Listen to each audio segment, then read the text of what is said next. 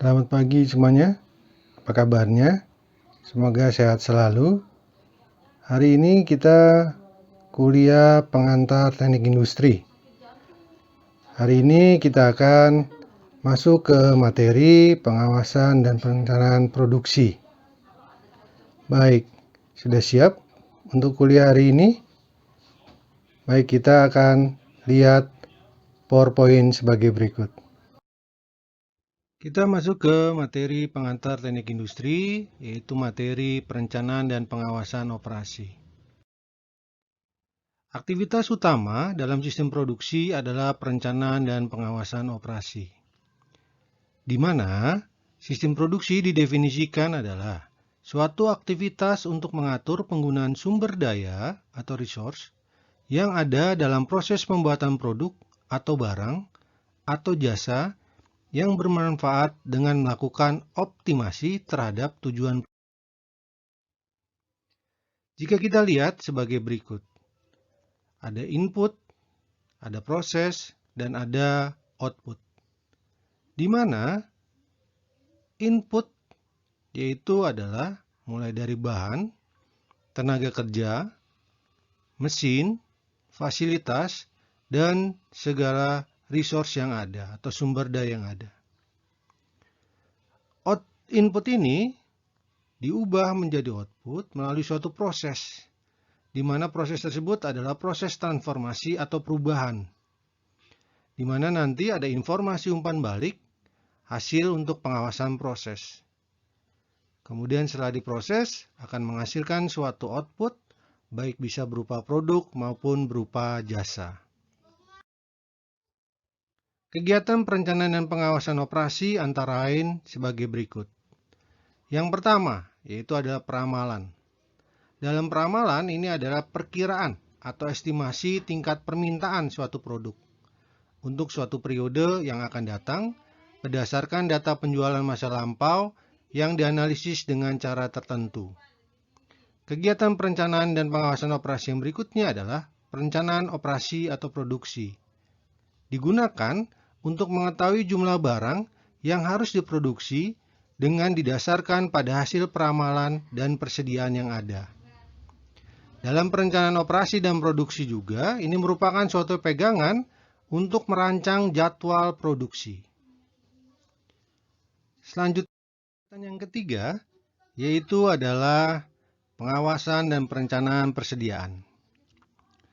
Persediaan ini sebagai sumber daya menganggur atau idle resource yang menunggu proses lebih lanjut, berupa kegiatan produksi pada sistem manufaktur, kegiatan pemasaran pada sistem distribusi, atau kegiatan konsumsi pada sistem rumah tangga.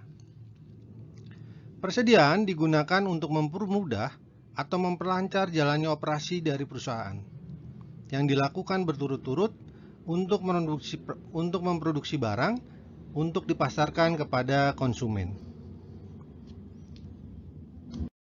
Kegiatan perencanaan dan pengawasan produksi yang keempat, yaitu adalah Material Requirement Planning atau disingkat MRP. Metode perencanaan kebutuhan material adalah prosedur logis atau aturan keputusan dan teknik pencatatan terkomputerisasi yang dirancang untuk menerjemahkan jadwal induk produksi atau Master Production Schedule menjadi kebutuhan bersih atau net requirement dari suatu material untuk semua item dari komponen produk tersebut. Selanjutnya kegiatan yang kelima adalah line balancing atau keseimbangan lintasan. Line balancing adalah upaya untuk meminimumkan ketidakseimbangan di antara mesin-mesin untuk mendapatkan suatu yang sama di setiap stasiun kerja sesuai dengan kecepatan produksi yang diinginkan. Dan kegiatan yang keenam adalah konsep just in time. Konsep ini menjadi penting. Konsep just in time ini adalah memproduksi output yang diperlukan pada waktu dibutuhkan dalam jumlah sesuai dengan kebutuhan pada setiap tahap proses dalam sistem produksi dengan cara yang paling ekonomis dan paling efisien. Baik, kita masuk ke kegiatan yang pertama, yaitu adalah peramalan.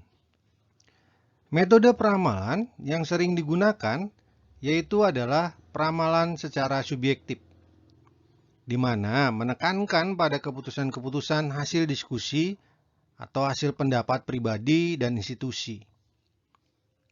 Peramalan secara subjektif ini ada namanya metode Delphi. Metode Delphi yaitu adalah peramalan yang didasarkan pada keputusan bersama dari suatu grup yang terdiri daripada ahli yang berbeda. Metode peramalan subjektif yang berikutnya itu ada namanya metode penelitian pasar. Metode ini menganalisis fakta secara sistematis pada bidang yang berhubungan dengan pemasaran. Misalkan, teknik survei konsumen melalui kuesioner. Metode peramalan yang berikutnya yaitu adalah peramalan objektif, di mana peramalan objektif ini yaitu adalah prosedur peramalan yang mengikuti aturan-aturan secara matematis dan statistik.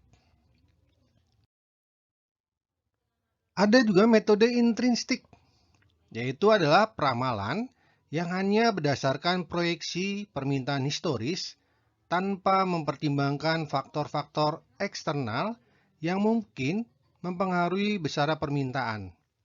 Biasanya untuk peramalan ini biasanya untuk peramalan jangka pendek atau biasanya pakai metode-metode yaitu metode analisis deret waktu atau time series.